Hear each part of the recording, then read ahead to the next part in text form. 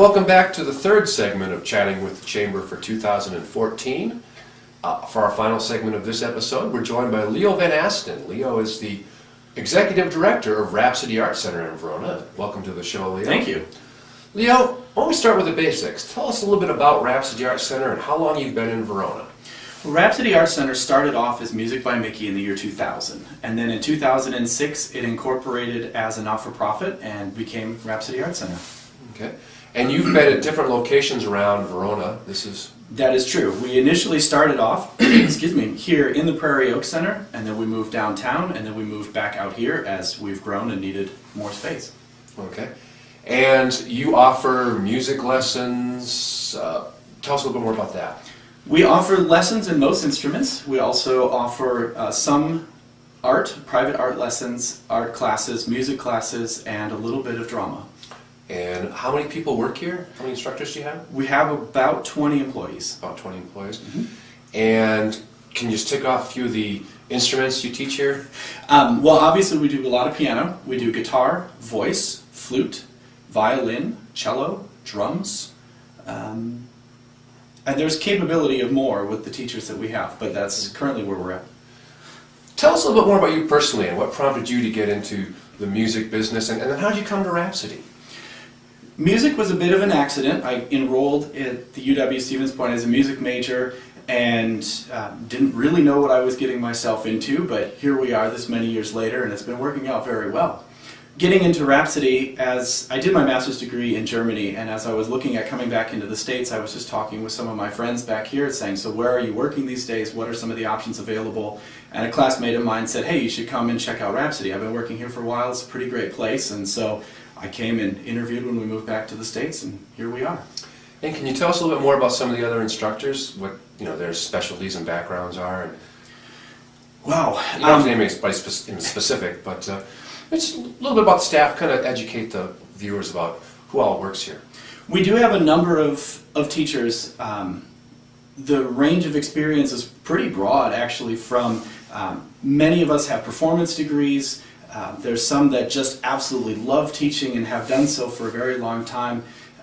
Various musical interests, from the old Baroque styles to the very cutting-edge modern music, so it really is a good variety. So you can help someone with classical piano or help start a garage band? Absolutely. All right. We can do that. Okay, now tell me a little bit about the facility here. How does it suit your needs and meet the needs of your students?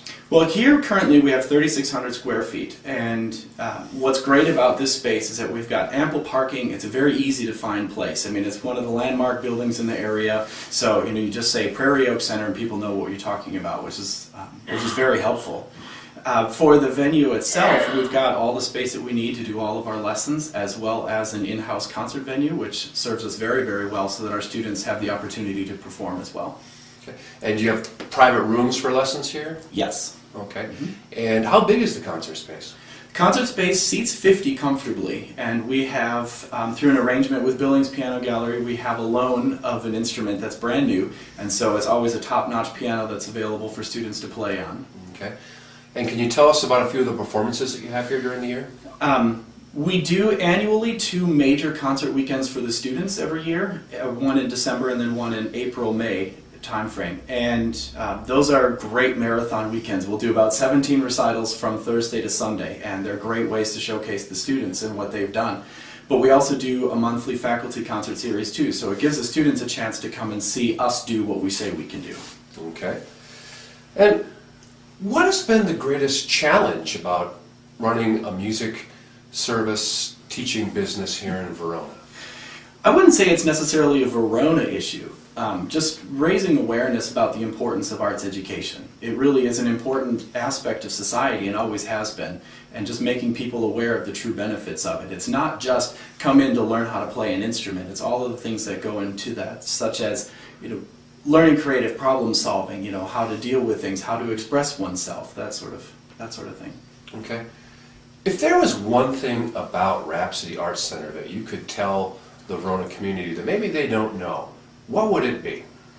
We are not just for beginners. We do a great job with beginners. We love working with beginners, but we have a number of faculty members with performance master's degrees. We can take students the distance that that they need to go. And that leads me to another question, because I know I've thought of it several times. But you don't have to be a 6-year-old or 7-year-old kid to take music lessons. You can do it as an adult too, right? Absolutely. The reason I said that I got into music as an accident was because I didn't study when I was a kid. I decided as a senior in high school that classical music was something that I liked, and I enrolled as a music major with basically no experience. So my first lessons were group lessons at about the age of 18. And you have a specific program here. You still have the Insanely Busy Adult program? We do. Can you tell us a little about that? Yep. The Insanely Busy Adult program is one that we've worked up for working professionals who are just looking for another thing to do to help keep them sharp mentally, just another relaxation effort. And basically it works out, you get 12 lessons and you get 6 months to use it in. How you use it is between you and the instructor. If you wanted to do 2 lessons and then you know that you're going to be gone for a business trip, you can take that 3rd week off, and then it's not a problem. Okay. We also do offer the same thing for extremely busy teens, like high school age students who would like to pad their collegiate resume a little bit, just to also just broaden their own horizons. We offer the same program for them too. And can you talk a little bit about just the fun and benefits of learning music, either as a child or an adult? I know, looking back on my life from my advanced age now, I wish I spent more time learning a musical instrument, or any time learning an instrument, as opposed to all that time I spent on my free throws, which got me a long, long way. Can you kind of elaborate on that a little bit? Mm-hmm. The benefit and the joy of playing something is, in my experience, basically unsurpassed. I mean, just the ability to sit down at the end of the day and just have enough ability to just sit down and play something for your own enjoyment, for your own relaxation. It's just, I mean, it just goes beyond what I ever thought it would. And to take lessons doesn't necessarily mean that you're signing up for the idea of becoming a concert musician by any stretch of the imagination. You can sit down with a living room philharmonic and just, play with your couch ensemble or whatever for just the enjoyment of yourself and your family. And there's nothing better, in my opinion, than just making music with friends too. It's a way of communicating, it's a way of just sharing life.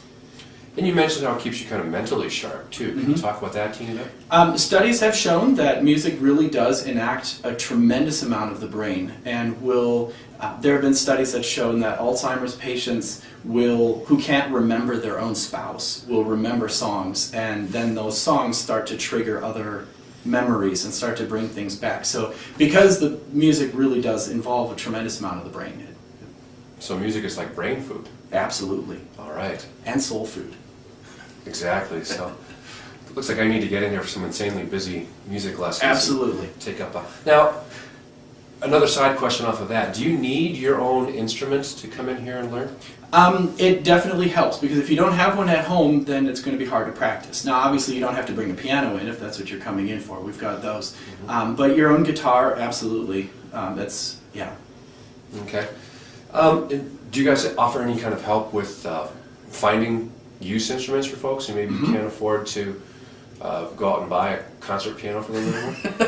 Yes, we do have a lot of resources available. We're more than willing to help people find instruments. We always recommend Craigslist as a good place to start and to kind of test the market. But yeah, we've got good relationships with a lot of music stores in town, and so yeah, we can help. And we already talked a little bit about this, but can you just tell us about some of the performances you do? Especially, I know a lot of your people do things outside of Rhapsody here. Can you just elaborate a little bit more on that? We do have professional gigging musicians on staff, and so it's not uncommon for us as teachers to hear about a guitar teacher saying, I've got a performance this weekend at such and such a venue, you should come check us out. Our violin teacher is extremely active in the Irish music scene. Myself, I'm doing 2 concerts next month at local schools as a way of just showing younger students how much fun you can have as a musician. So we are constantly out there, and as a group, we do perform quite a bit. All right. Now, if someone wanted to get in touch with Rhapsody Arts Center, what's the address here, first of all? The address of our physical location is 1031 North Edge Trail in the Prairie Out Center, of course. We can be reached via phone, 848-2045, or info@rhapsodyarts.org, or my personal email address here is leo@rhapsodyarts.org. And you have a website?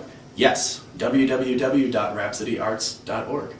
All right, and people go on the website, they can learn all about lessons and staff and those kinds of things? We do have, all of our current offerings are available online. We also have faculty bios, so if you're curious about a particular teacher or would like to just see who offers what, that's all done by instrument on the website as well. Oh, okay. And your performances, are they listed on the website? Yes. So if people want to come out, the performances, are they open to the public? Yes, and they are all free. All right. All right, well, thank you, Leo, for telling us about Rhapsody. Thank you. And that wraps up this segment of Chatting with the Chamber, our first for 2014. We'll be back in a month with 3 more businesses, and we look forward to seeing you then.